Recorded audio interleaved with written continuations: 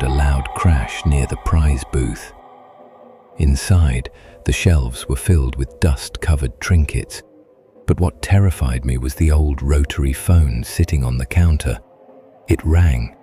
Against my better judgment, I answered. Through the crackling static, I heard a child's whisper, "You're not supposed to be here." The line went dead.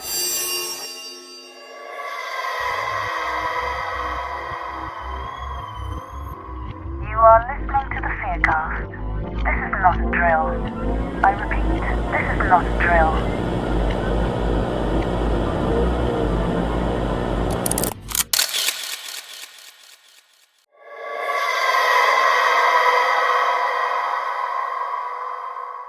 I've worked odd jobs all my life, but nothing could have prepared me for what happened that summer at the old Skyline arcade.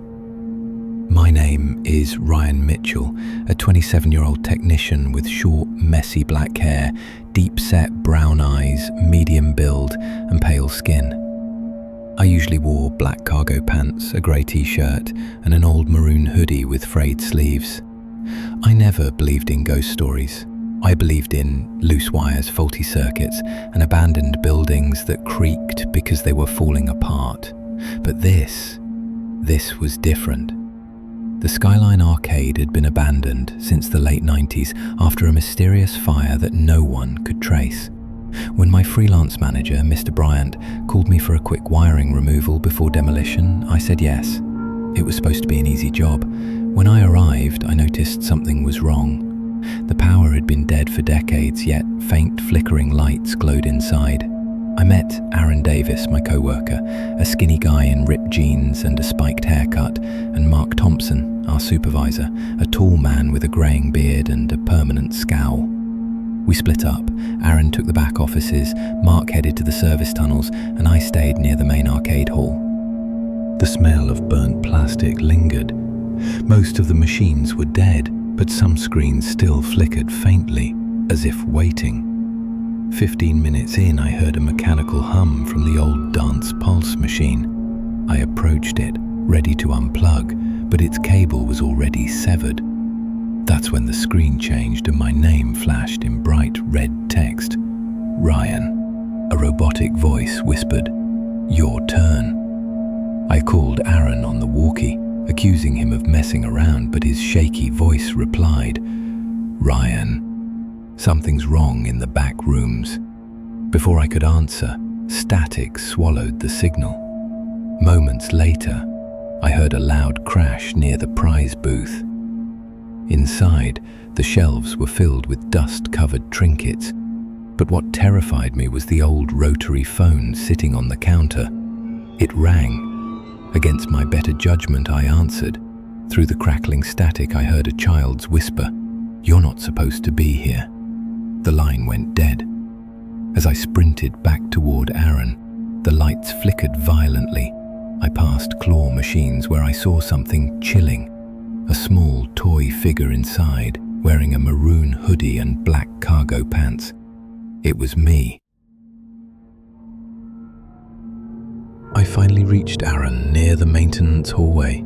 His eyes were wide with panic. "There's something crawling inside the walls," he gasped. As he spoke, a metal panel behind him bulged outward, like something was pressing from inside. We ran as a deafening screech of twisting metal echoed behind us. The path back was blocked by a sudden collapse of broken machines, forcing us deeper into the building. We stumbled into the underground level, a storage area filled with lifeless arcade cabinets stacked like coffins. We squeezed between the towers of machines as something scraped and skittered in the dark behind us. As we reached the back, the screens of the surrounding games flickered on all at once, showing blurry security footage from years ago.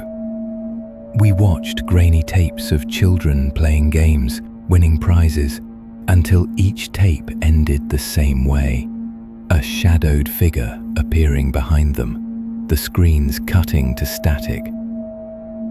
One monitor, though, showed live footage.